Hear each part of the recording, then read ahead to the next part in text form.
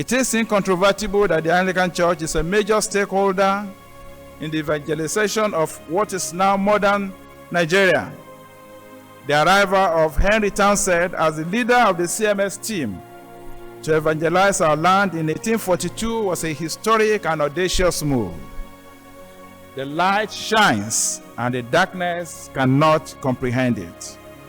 One can only imagine what life must have been like before the missionary enterprise that has come with its long-lasting transformational impact.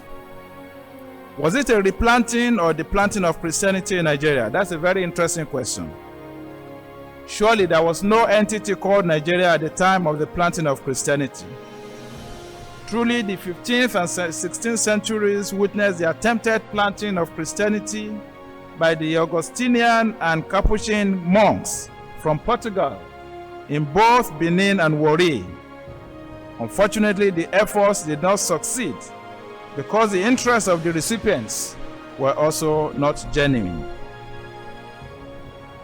The period before the arrival of the missionaries is best described using the words of Lewis Hensley, who lived from 1824 to 1905. He said, "Thy kingdom come, O God, thy rule, O Christ, begin. Break with thine iron rod the tyrannies of sin. O our lands, both near and far, thick darkness broodeth yet. Arise, O morning star, arise and never set." In other words, thick darkness covered our land. Slavery, wickedness of various magnitude and dimensions, tribal and intertribal wars, idolatry and traditional worship, all characterized the period before the advent of missionary enterprise.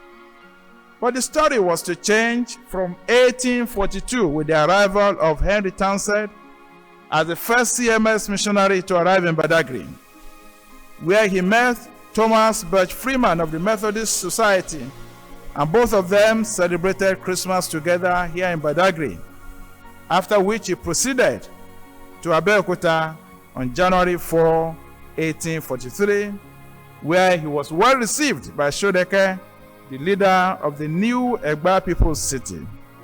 Thus, Badagry and Abeokuta are two important earliest Christian centers in Nigeria. The historic proclamation of Archbishop Adetiloye and his brother bishops at Lokoja in January 1990 was a symbolic act, not only of opening the gate of the North to mission work in the decade of evangelism, it was also an effort to undo the compromise of the colonial leaders with the emirs, agreeing for them not to allow the evangelization of the North because of Islam. Remarkably, while the Diocese of Northern Nigeria was created in January 1954, Kano and Jos dioceses were created in 1980 on August 6 and 10 respectively, and the transformation agenda continued. Moving from mission to church, the growth of the mission had become so evident that by 1887, they were beginning to see the need for an episcopal see with the headquarters at Abeokuta under a native bishop. Remarkably, the Reverend Oluwole opposed this idea that it is not time yet for us to get a native bishop. When the time is come, you have a large number of eligible men to choose from. It was not until 1919 that the mission was finally constituted into the Diocese of Lagos, out of which others later began to emerge.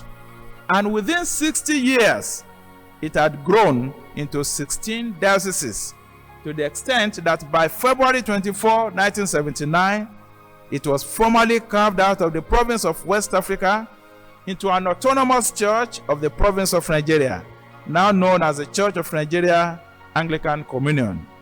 The resolution presented at the Provincial Standing Committee, which met at Onitsha on February 27, 1975, reads thus: "In view of the numerous problems resulting from the size and the diversity of religion and social structure in Nigeria, and the need for the Anglican Church in Nigeria to react, speak constantly with one voice, we respectfully pray the Episcopal Synod of the Church of the Province of West Africa to place before the next meeting of the Synod of the Province of West Africa the need of the Anglican dioceses in Nigeria to be constituted into an autonomous province within the Anglican Communion.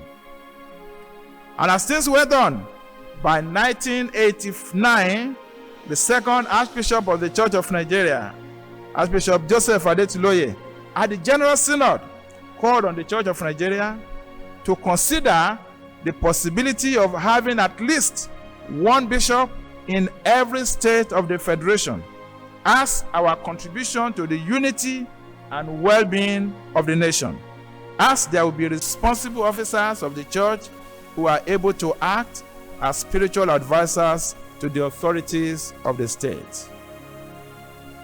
With the inauguration of the Decade of Evangelism in 1990, after the 1988 Lambeth Conference, the spirit of mission came alive once again, to the extent that the Church of Nigeria was described as the largest and fastest growing Anglican church in the Anglican Communion with an entirely indigenous leadership.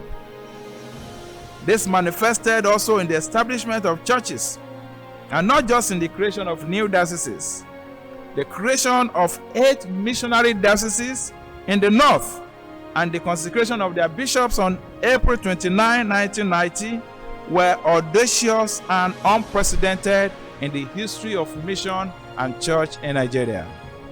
It finally opened up northern Nigeria for mission in a manner that was beyond imagination. And true to Lieutenant Glover's prediction, Lokoja is now a great diocese. This could only have been the work of God with the spirit of the CMS.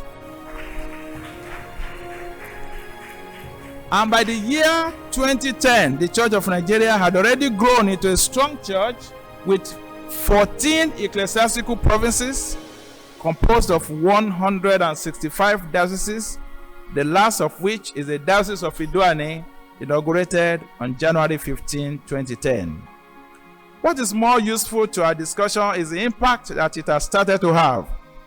Noticeably, the link between the Anglican mission and the communities was evident. The missionaries were received by the traditional rulers, even if in some cases they were only for personal selfish reasons.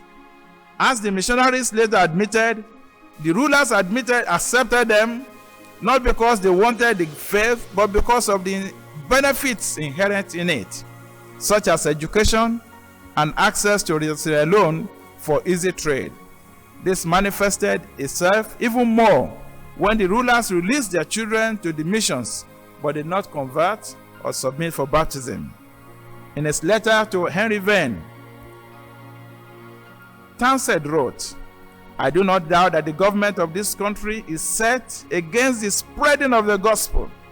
They see what they did not see at first, that the gospel will overturn all their system of lies, which they wish to preserve as entire as possible. At the same time, they want us without our religion.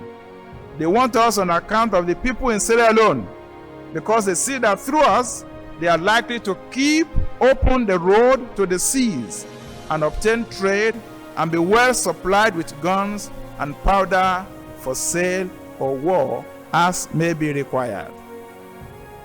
In its effort or attempt to grow, the Anglican mission engaged in serious work of translating the scripture into the local language in order that converts and would-be converts might be taught the art of reading the Bible. It engaged in the building of schools, as we saw in Badagry, and in training of personnel.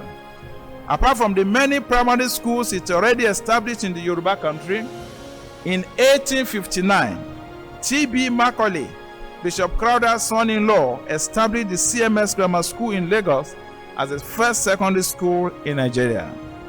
The CMS established also a printing press and taught boys the trade, and in 1859, Townsend began the publication of Iwe Iroyin, a Yoruba publication with some articles in English. Thus, the Anglican mission began to spread the Christian influence to different parts of the people's life, different aspects of the people's lives, including their social order and moral life. Education, in particular, was a helpful tool in the promotion of Christian knowledge and encounter. For instance, in 1969, about 40% of the predominantly Christian population of the city of Ile-Ife was reckoned to be Anglicans, not owing to any major evangelistic activity, but largely as fruits of Anglican education and biological affiliation.